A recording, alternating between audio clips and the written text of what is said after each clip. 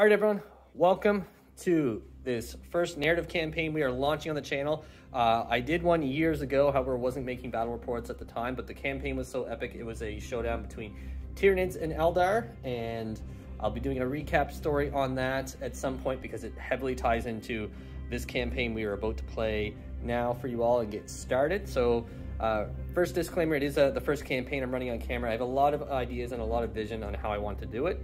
We will be still using the recap style. However, I'll be doing my best to film in a way that's fluid and still captures the narrative and immersive aspect. So first thing I'll do, if you haven't watched the story video that came out just before this one, there'll be a link at the top. You can watch that. That'll cover you on everything that's happened so far.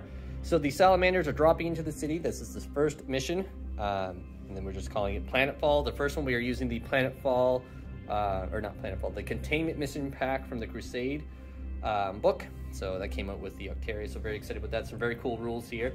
So the whole idea is the Tyranids have overwhelmed the city and the salamanders are dropping it down into the city to clear this landing site so the rest of their forces come down. So on a whole, the salamanders have, and all the links for these will be in the video description below. The salamanders have a total of 100 power level that's on their strike cruiser coming down to attack the planet and help defend it from the mysterious Tyranid invasion with no hive ships or anything like that. So unsure of why the Tyranids are here.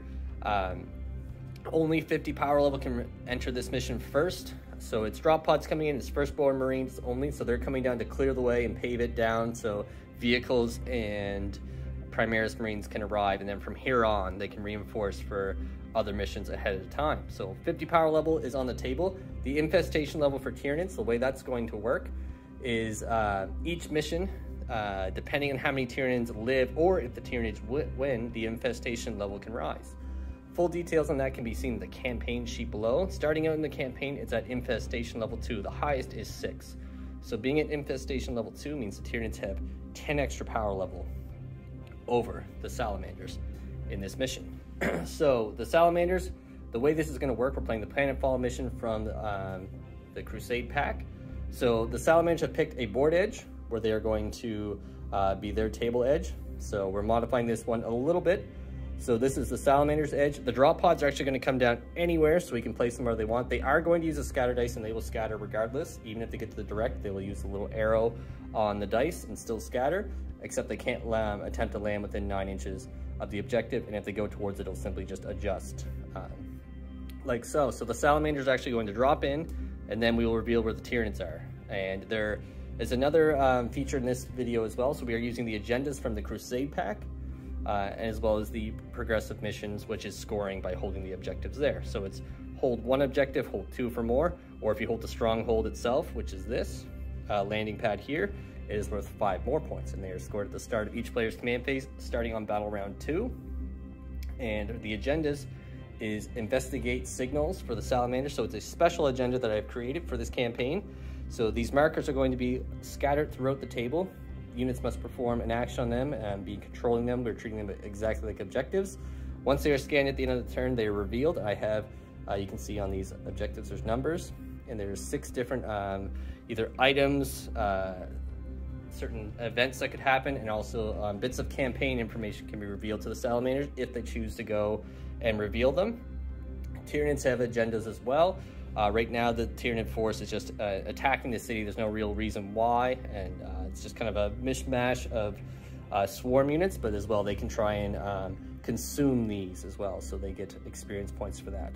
All the units will be tracked using the Crusade rules, so we modified it slightly. Again, all the rules are in the video description. This will probably be the most lengthy intro as I kind of cover everything with the campaign and how it's going to work. So hopefully it's not too confusing and everything makes sense so far. We're going to jump into deployment for this mission, and I'm going to give you a look at the attacking force for the salamanders. The Tyranids won't be revealed until the drop pods have arrived. So thank you so much, everyone. Any feedback is great. I'm going to definitely smooth these out after I get a few videos with the campaign done. I have a whole series planned involving the other gamers in our local community, and we'll go from there.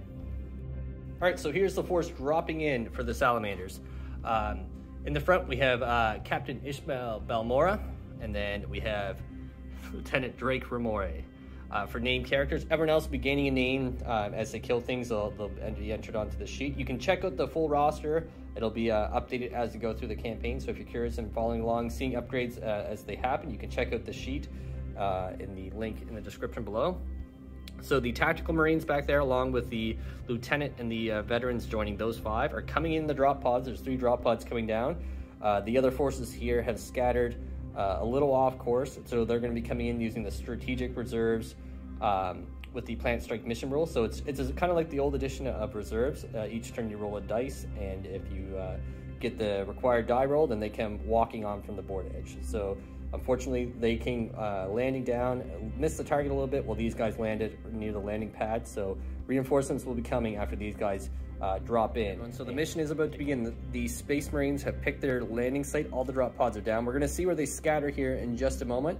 Then afterwards, after all the Marines come tumbling out, all of the points of interest markers will then be placed. I already have a location in mind for each one, but just kind of going to place them afterwards as suddenly the Marines come down and then signals come flying in about these key locations, potentially civilians that require aid. And then once the pods are down, the Tyranids will be revealed. So with all the static and no signal from the system and the city being in complete chaos, they could not get a full reading on exactly where the Tyranids are. They know they're in this area, but as to where and what is awaiting them, we'll find out momentarily. So for the drop pods, this one here is attack squad with the plasma rifle, just 10 Marines with the plasma rifle in that one. And then that one has the missile launcher and flamer. Then this one here has Lieutenant Drake Remore, the veterans, and the 5-man attack squad. So which would you like to roll first and find out whereabouts they are going to be scattering? So we're starting with this one. So we're rolling scatter dice to see. So 2d6 as well. Yeah. One more. So 6 inches, and the way this is going to work, that arrow there, I'll just slide that over, and they are scattering no matter what, but that heavy arrow is going to indicate where they move. And yep, so we're saying that they have to land and stay 9 inches away from the objective, with the internal guidance system adjusting the drop pod to remain so. So just slid a bit forward, so taking them right into the heat of the battle. The nice thing is as well, the attackers, which is the Salamander, or the Dragonborn, actually I should be saying here, that is the name of the chapter. They get first turn no matter what, no chance of the Tyranid stealing. We're gonna zip over to the other side, take a look at the drop pod in the middle. Has it scattered off course? A little bit, that's not good. So landing. How do you want to push it? Do you want to push it to this side? Yeah, because so it'll land on the other side there. So drop pod landing a little off course, where the Marines still get to come out. And then the final pod with the missile launcher, so 5 inches. And then we'll just say it can't go off the board, we're not doing anything like that, so it'll just simply go there. Perfect. So the Marines are gonna get deployed here, and then we'll see what it looks like, and then I will reveal where the Tyranids have been lurking and what Tyranid forces exactly are here. So it's 60 power level, gaining an extra 10 because of the infestation. Right, so the Marines have come piling out. Signals came in as the Marines burst forth from the drop pods. For the points of interest, we have one here, one there. Another very close to the Marines, another here sitting in the supply area. The final one lurking in this Rune Manufactorum building there. So again, with these, all units have to do is perform an action at the end of their turn. The action remains uninterrupted. The point of interest is revealed, and I shall inform the Dragonborn of what they have discovered. Could be good, could be bad. So we're going to be incorporating this method throughout the campaign. Add a little bit of cool factors to it. I have some ideas later on planned as well. So now we'll come back and see where the Tyranids have been lurking and the Dragonborn. All right, the Tyranids have been revealed. So after the Space Marines arriving, there's a flock of gargoyles there. Warriors up on top of the building here, kitted out with venom cannon and death spitters. So kitted for range. There's 15 Termagants holding the landing pad up there. Over on this side, we're gonna say it's like a bit of a relay station for all of the communications for the landing pad. There's a group of warriors for holding this objective. I can't remember if I mentioned earlier. We're not actually measuring the full 3 inches. It's simply like if you're on this pad, and same for the other objective over there. That is how you control it. So over on that objective, there's Hormagaunts that are bounding over towards those Marines. There is 15 more Termagants there, and tucked away is 10 more gargoyles on that side. So if you're looking at this force here, oh, there is actually another unit I forgot to mention. The Gene Stealers. lurking about with the Broodlord, who has spent an RP for the Tyranids. He is potentially a unique bio creature here. Oh yes, yeah, we forgot to mention as well. An RP has been spent for the Dragonborn, giving the Teeth of Terror relic to Drake Remore. I love that name. Then over this way, the Broodlord, he has the Swarm Leader Warlord trait, and he has the Mastery of Shadow. So the one pre-game thing we're doing for the Tyranids is the Gene Stealers are benefiting from that, just being to really emphasize them lurking about the bottom of that runes. And if you've got a keen eye for Tyranids here and you're noticing, okay, this isn't quite 50 power level, there is a surprise that will be arriving from one of the Tyranid board edges, which is this one, or that one. And so, being that it's treated as a board edge, they can come into engagement as well. So, the Dragonborn have picked something up on the radar. When it'll arrive, I don't know. So, that's it. So the battle begins. The Space Marines get the first strike here, and actually we're going to capture it to see if the reinforcements arrive on a 4-up for turn 1 from this board edge. The Centurions arrive with, well, actually we'll do it for each unit. So, okay, you can pick. We'll give you which unit arrives. So we're going to do it for each unit. Centurions have arrived. Now for the veterans, and then, no, and the captain. He has, so the veteran's a little slow to the party. However, reinforcements have arrived, so thank goodness, because if not, there is a lot of bodies here and ready to pounce upon the Marines. The one other thing to note is the Tyranids can't invest or consume, we're calling it, from their end with the signal pieces there. So they can't do that the first turn. However, they can after it, at the cost of performing an action. So one thing to kind of keep in mind there if someone's looking and thinking, okay, well, the Tyranids can gobble that up. But that is it. And as well for these action things, the rewards come with it. So for the agendas, there's no extra EXP given unless it's awarded through the point of interest. But that's it. So Dragonborn reinforcements arriving will come back after they've positioned themselves for the first strike against the Tyranids in this campaign. I actually don't know if I mentioned, I'm probably going to do, you've probably seen, I'll do a quick intro into everything, but the campaign name, I'm so excited to get into it, is Peril of Liava, is the planet that we're looking at. Again, you can get the full story and all the details on the campaign in the story video.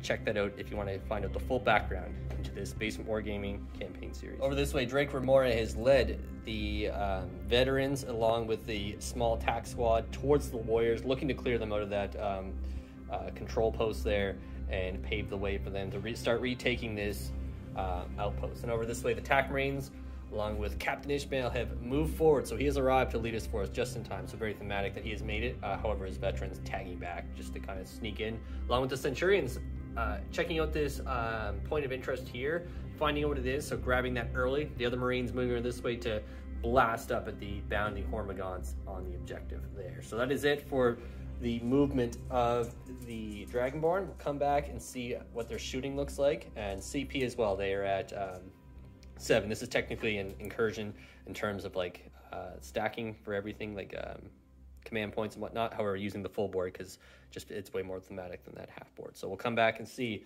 how much they can kill. So the first volley has gone in, so killing quite a few Tyranids here. This warrior group took a heavy hit from the 2 multi-guns there, so killed 2 outright. The other guy was actually tanked a ton of damage from all these guys combined, only dealing a total of 2 wounds, I think it was, something like that. Then the other Marines finished him off, and then the 2 multi-guys finished the other 2 off. This squad lost 4 Gaunts in total, and the poor Hormigons have been vaporized down to just 1 remaining. So good start for the Dragonborn here, dropping in and really clearing off some objectives. So some charges likely to go down here, see if these guys can climb up, take over this section here and hold it, as well as these folks I assume are going to try a long charge up there and see if they can make it to the Hormigon. So it's 3 inches up. We'll just roll. Which one do you want to do first? I'll do this one. Do those. 3 inches up, 1 inch over, so 4 plus 4, so it'll have to be 7 on the dice. 7 on the dice. And, oh, that's a healthy charge right there. And then what we say over there, like 6. Yeah, that should be that's it. I'd say. Who wants to go first over there? Or are you? I'm gonna do lieutenant first. Lieutenant. I'm just debating if I'm gonna Overwatch you. Yeah, the CP. I'm gonna go for it. Yeah, I'm gonna go for it. But you can roll your charge. Very unlikely I'm actually gonna kill him. Okay. Lieutenant. But then I'm kidding. Yeah, he's Do you want anyone else to go up at the lone warrior, or is the lieutenant gonna? Company vets. Company vet's going as well. So that's a 6 right there. And then the attack marine squad will. Theirs would be a bit hard because then these guys would have to move. They have to come up and around, but you can hold them. Attack marines are staying. Holding. All right. So good charge is coming down. Oh, we'll roll up his Overwatch here and then come back. Realistically, not killing him. However, hopefully Dragonborn doesn't fall to some Overwatch Venom cannons. We'll come back and see how it looks after the Dragonborn make an assertive. All right. So the Tyranid warrior has been easily slain by Drake Remori with a Teeth of Terror. So slaughtered, regaining this control post here. So reestablishing command with the strike cruiser. Drake Remori has secured this objective for the time being for the Dragonborn. Over this way, this squad here had easily slain the poor Hormigaunt, cleared the path, and restored another uplink there. So all that's left is to retake the stronghold landing pad here and start racking in some objective points to secure the win here for the Dragonborn in the first strike. So as units kind of kill stuff, this squad will earn a name for itself and then begin collecting information. So if a squad dies or earns a name from itself, there will be some renown there. As mentioned earlier in the intro video, there is a death table. So if a unit is wiped out or dropped to 25% capacity for the Dragonborn, only the Tyranids will only have that happen if a named unit survives the battle and becomes a known threat. These are the Sons of Smaug. So they are named after the dragons here, so really kind of going with the theme, so very cool in that aspect. So they have got themselves an experience point, killing off that Hormigaunt, and also their agenda. I don't even think we mentioned the agenda, did we? No. Getting ready, there's so much stuff to remember with this, which is, it's from the Planet Strike agendas, and I think it's just you kill stuff, isn't it? Whoever kills the most? Or is that a different one? Might be different. Okay. We'll double check here. Either way, will be more stuff to fall. So that is it. Turn 1 for the Dragonborn. The Tyranids are poised now to strike back as suddenly these Space Marines have fallen in from the skies and a few Tyranids slaughtered. We'll see if they can return some damage here and do their best to secure the spaceport. Over this way as well, the point of interest has been revealed. It was a supply drop there. So the Centurions were covering some crucial equipment that potentially fell off from a drop pod or something like that. They have gained themselves restored an RP, so the Dragonborn back up to 5 RP as well. So great find there for them. So moving into Tyranids, turn 1.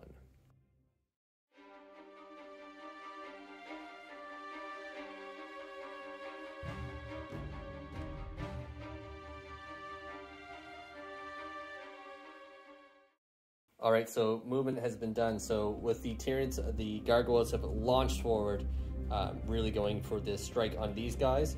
Up this way, the Warriors moved up to the edge here, getting ready to volley a ton of shots down at these veterans there. So the Warriors not happy about taking out their Broodlink brothers, we're gonna call them, but they've been wiped out.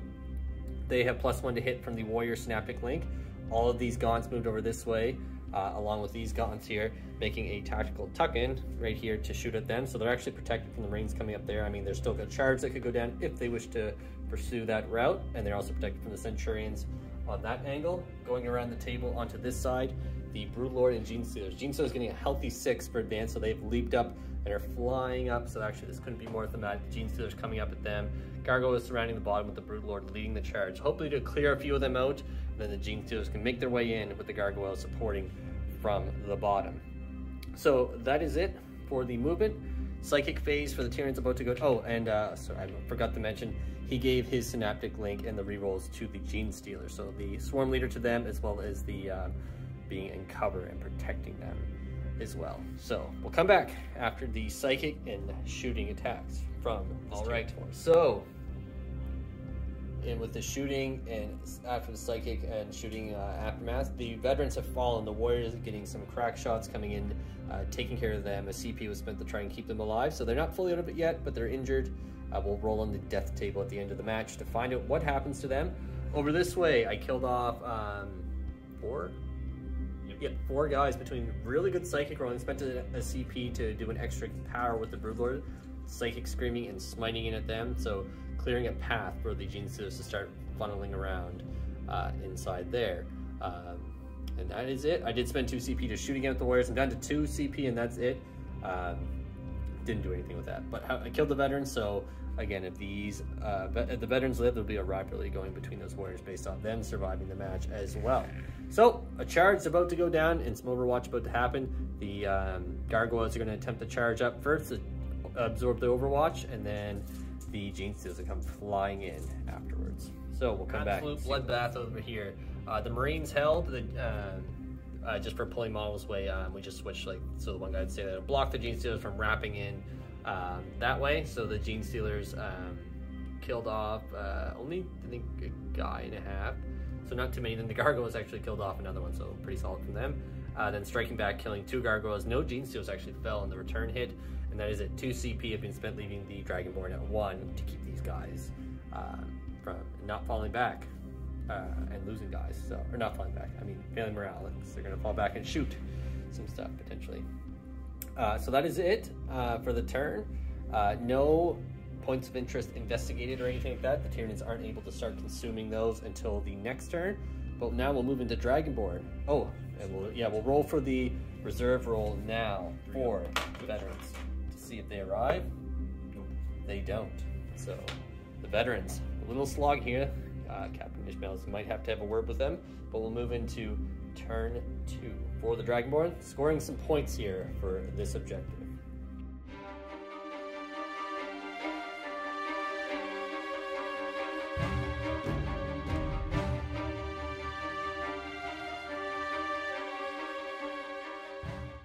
All right, so movement has been done for the Dragonborn. These tactical Marines have moved forward to engage the gargoyles that are fluttering forward, just kind of acting as a distraction unit there. Lieutenant Drake Remore holding this objective firm on this front, staying behind the cover here, so hidden away from the volley and artillery from the warriors. These Marines continue their advance with Captain Ishmael right behind them, ready to potentially get a charge off on these little hiding termagants. Then over these, this way, these guys fell back out of engagement from the gargoyles and the Gene Stealers, with the Centurions getting a nice advance roll to get them, 2 of them in flamer range at the Gene Stealers. So hopefully looking to clear that out, and then these Marines can maybe do the trick or have the support from this, shooting at the gargoyles to clear them out and hold that position. So that is it for the movement. However, an event is happening. We're going to roll a dice here on a, I won't say what's happening, but so in my head I know what's happening. So something is being shot and it's hit and it is wounded. So this point of interest marker over here is, it's still available to be picked up, but we're bending it over just for purposes. So if salamanders get there, so trying to entice them to potentially go investigate that. So we'll come back after shooting is done. Gargoyle has been dropped down to the final one. Forgo the shooting with the drop pod to allow these guys to charge you to see if they can grab the experience point before that gargoyle likely runs away. So they're out of synapse. They just, the gargoyles came flying forward. These gaunts being dropped down to 7 of them. So Tyranids taking a big hit this turn. Gene Stealers got completely cooked by the Centurions, who have definitely earned themselves a name. We'll come back after the fighting that's potentially going to go down here. And see, Centurions combined might killing off the gargoyles and the Gene Stealers. Using all CP is now gone, getting max flamer hits there. And then over this way, these guys fired up and contributed to the slaying of some of these gaunts there. So you have some charge rolls to go down. We're having the Centurions attempting a charge on the center gaunts. Or are these guys going first? No charge from the Centurions. Oh, they're 2 first. Oh, right, they advanced. Yes, yes. And then these guys are going to see if they can get the charge off the gargoyle. So who's going first? No rerolls available. So them. 4 inches of charge. They're in. And then 6 on the dice, yes. So 6 on the dice to make it in and polish off that oil. just enough. So poor little gargoyle is likely to be taken out. There we go. Away from the warriors, yeah. Alright, so we'll come back after the fights here and see what is slain and what remains. Alright, so the combats have done. These boys have handily taken down that gargoyle, earning themselves a name and some experience here in the start of this campaign. And then we'll grab a name for them, and killing off all but 5 of these little gaunts here. So stuck in there, they're gonna have to try and leap over the crates and see if they can scramble on out of there, but it's gonna be tight. and then that was it for melee. That is it for the turn. So we got a Tyranid reinforcement. We're going to roll now and just see. So on a 4-up, I believe it is, we're going to see if their reinforcements arrive. So big creature. Yes, it's a 6. So a big creature, a Carnifex, comes romping in, but which side will it come in? So we'll come back as we move into Tyranid's turn 2. All right, so movement is done for the Tyranid. So for links and everything, the Broodlord giving himself the stealth moving around.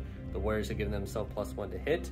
And then the Carnifex coming on over here. So he's going to make a charge over this way at these guys. And then that's pretty much it. My Gaunt's stealing back the objective up there. So advancing and moving, getting 4 of them onto the platform to secure that objective back in the Tyranid's favor. So that is it for the movement. We're going to move into the Psychic and then the little bit of shooting that the Tyranid's holding on strong here as they maintain their defense. These Warriors are just absolutely going off here. So firing in at these Marines here with the first volley for shooting. The Broodlord helping out, giving it 1 mortal wound with his smite. Then the Warriors fired in, and even with the cover, they and the Dragonborn's -1. The Death Spitters took out a few, then the Venom Cannon finished the last one off. Spent my last 2 CP. I'm banking on that Carnifex making the charge. Then they fired in, killed off 2 of these guys. So really chipping away at everything that's here. So we're going to roll it now for the Tyranid fans. See if the Carnifex makes it. I believe I need an 8 on the dice here coming in. So no re-rolls available. So let's go Carnifex. No, that's close. So pretty sure it was 8. You want to double check it just to add some intensity to it. Pretty sure I need an 8 to get myself in. It is to need an 8. So got the extra inch there, but that's okay. Then Broodlord going at the attack marine, so really don't want to roll. So we'll come back and see what the Broodlord can do. He's charging into the guys in the middle. Let's see what can happen.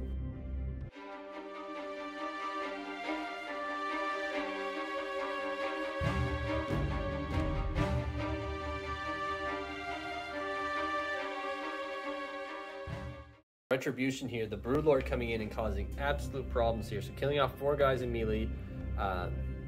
They then struck back.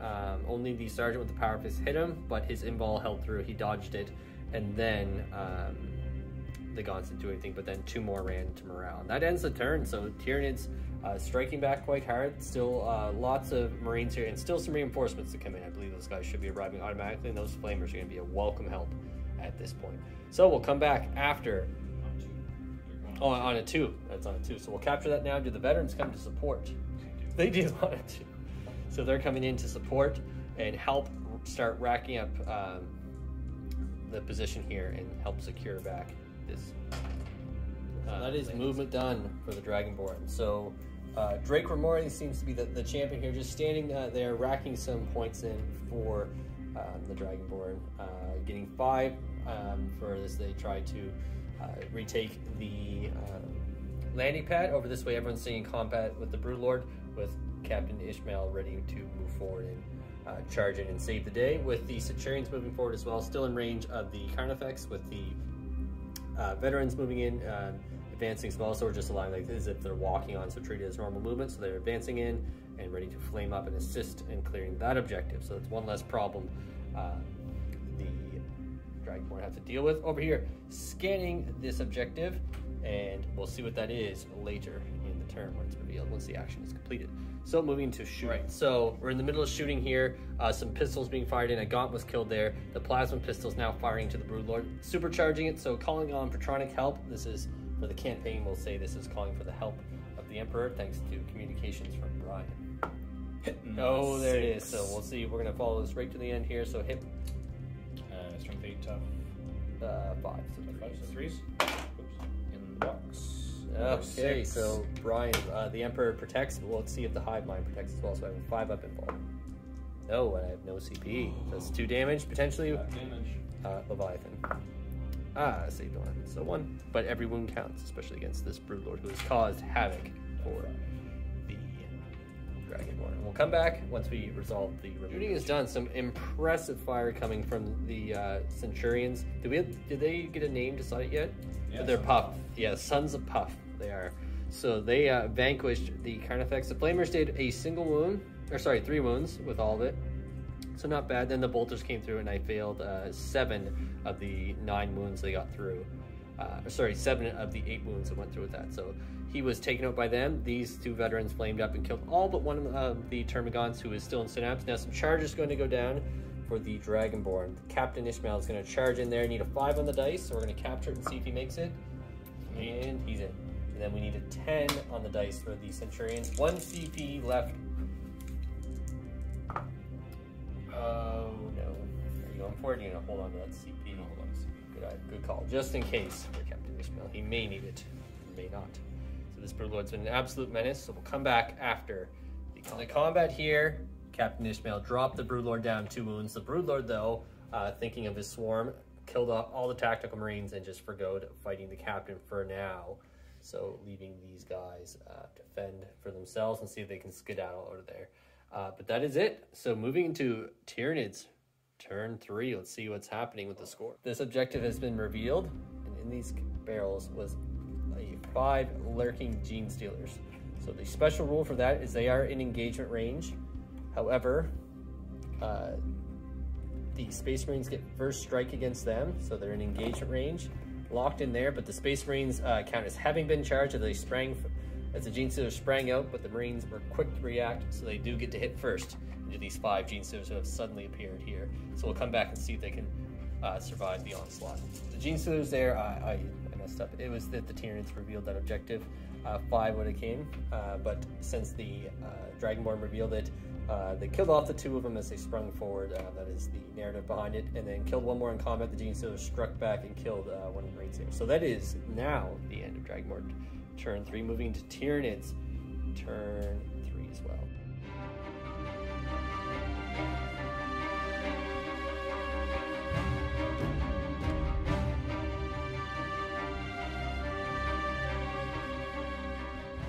So the movement is done. Those Gene Stealers are going to stay there fighting those Marines. And then the Warriors are staying in place. I think I wanted to keep them there. They may actually back up. Yeah, I think I'm actually going to leave here. The Warriors. These Warriors are become valuable to me. So they're going to move all the way back so the Centurions can't get them. So they're going to come back so they can dump some fire down on the Centurions. These Warriors, they're giving up that landing pad, but we're not just playing the objective here. They're playing to survive the long game. The Gaunt, who was there, rolled a 6 for his advance roll, so he hopped down, ran away. So trying to keep the infestation alive as much as we can. So trying to play it smart for the hive mind. And then these Gaunts ran, only getting a 1 for their advance. So they're not quite out of the clear yet. And this Broodlord's just staying in combat to see if he can take down Captain Ishmael, or at least injure him with some psychic attacks to come in. So we'll come back after psychic. Broodlord has been dropped down to a single wound. Captain Ishmael has fallen to the Broodlord. However, for the death table, he remains there in kind of a he's not fully dead, but he's there. So if any units end the game within 3 inches of him, they add 1 to the damage or the death table roll, which means as long as there's a unit within 3 inches, he cannot die, but he may be injured after this crazy drop site battle here. So that's it for the Tyranids' turn. Over this way as well. These guys are just ongoing fighting, and yeah, that is everything done. The Warriors as well, I forgot to mention, fired at the Centurions and nothing happened there. So that's it. We'll come back after the Dragonborn turn 4.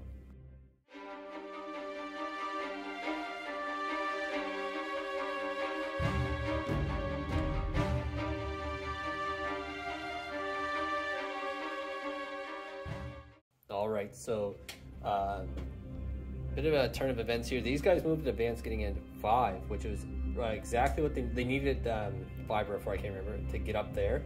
And now they can target the Broodlord, who is now closer. So they needed that 5 roll exactly to get up there and gain enough movement to move an inch down and put him closer rather than some Gaunts. So they'll be able to flame in at the Broodlord.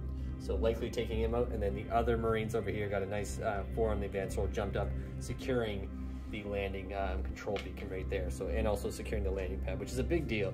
So it's hard to say if these Warriors will stick around or they'll stagger away to be found in a later mission. So we'll come back after the shooting, and so that ends the turn for the Dragonborn. So the Broodlord has fallen. So he was taken out. it looked kind of good for a bit, just with all the flamer shots coming in, but then he rolled 6 dice and all 6 of them were 5+, which is wild, and he did not tank all those with 1 wound left.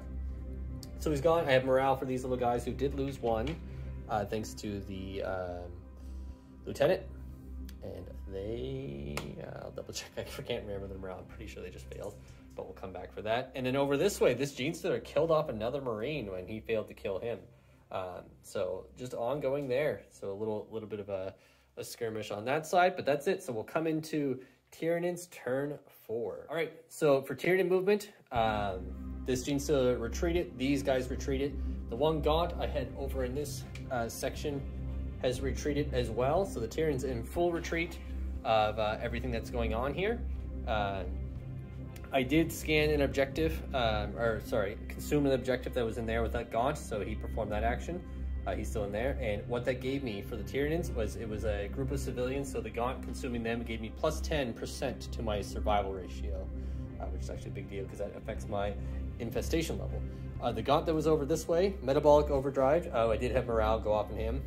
He lost 2 of his friends, but he ran over, hopped up there, so he is safe for the rest of the game, probably, as the Dragonborn are going to secure objectives and also gain some experience by keeping the lieutenant there, I assume. But that is it. So moving into turn 5 for the Dragonborn.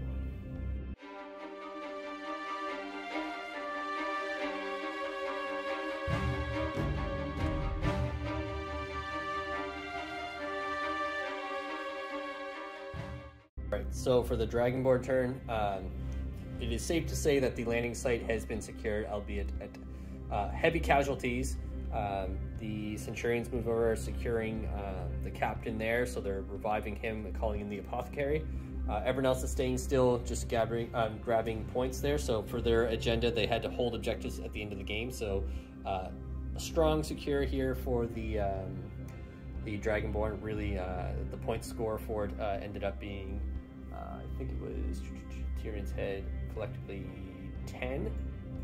So very low there to 15 to, you had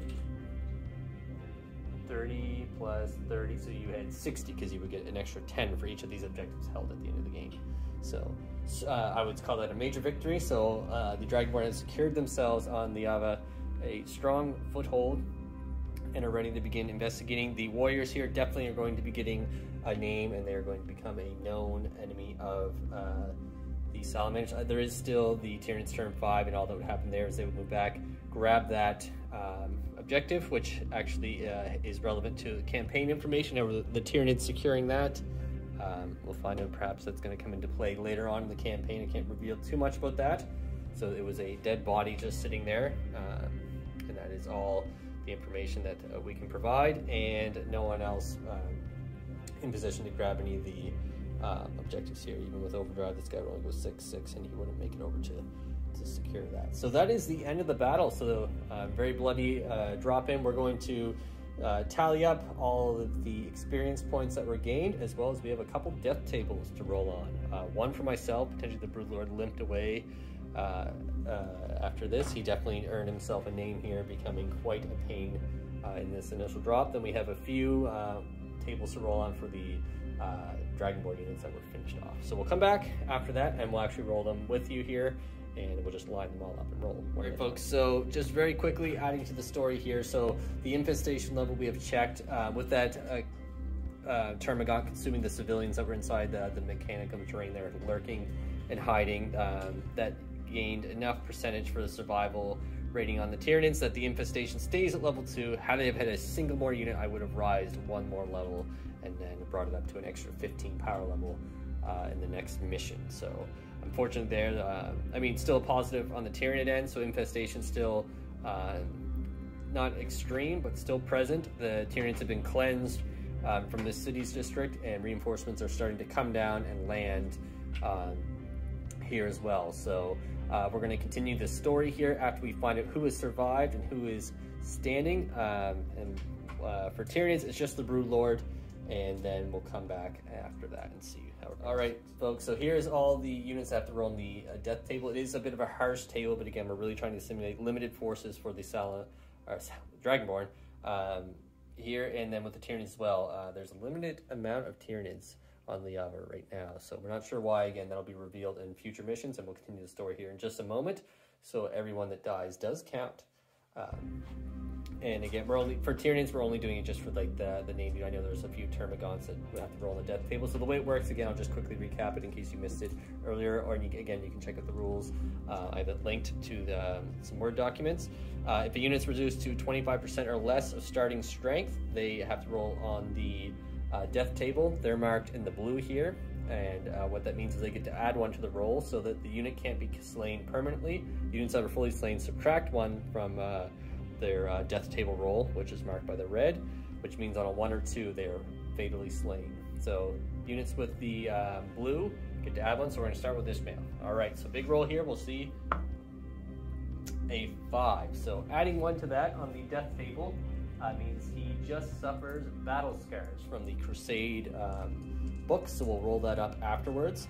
Next is a -1 to this roll, so on a 1 or 2, they are slain. So that unit, unfortunately, those attack marines were fully killed in the combat. I think that was Smog squad, unfortunately slain. Next is the other attack marines.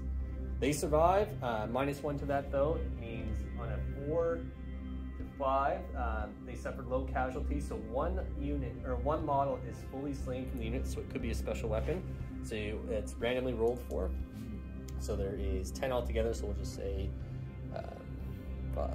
we'll just go like that. 5 is on a 1, 2, 3, and the other side is 4, 5, 6. So 4, 5, 6 is here. So it would be 1, 2, 3, 4, 5 is the sergeant. So it's just a marine. I shouldn't say just a marine, but so they are down a unit there, or a model. However, RP can be spent to restore them to full strength. Next is these guys, adding 1 to this roll. So getting a 3, which is high casualties. So they suffer D3 models. I had 3 there, but it should be D3. So 2 randomly slain, then we'll just simply go 1, 2, 3, 4, 5. So 1, 2, 3, 4. So it's just a standard marine. Yeah. So the flamer's gone, unfortunately. So that unit's suffering some damage there. Then these guys subtract 1, and a 1 or 2, they are dead. So 5 -1, so they lose a model. So hurt again. And then the Broodlord. So big roll here for me. On a 1 or a 2, my Broodlord is slain. So he is -1 to that. So he suffers grievous wounds. So in the next battle he's featured in, he will only have a single wound until the end of the battle. So he has to try and survive that, and he's restored, or I can spend 1 of my RP to heal him. So you can see how RP to restore units with this system will be used up pretty quickly. Starting out, the Dragonborn can restore these units back quite easily, being that they're at full 5 RP as well. And the Centurions as well, racking up 4 experience for all their kills, as well as getting some from their agendas as well. So we'll tally up all the experience. That'll be included in the character sheet, so you can check that out. It's a lot of information to throw at you, but if you're curious on how the units are progressing, check the link for the Google sheet, and you can check out the full roster and see how they are progressing.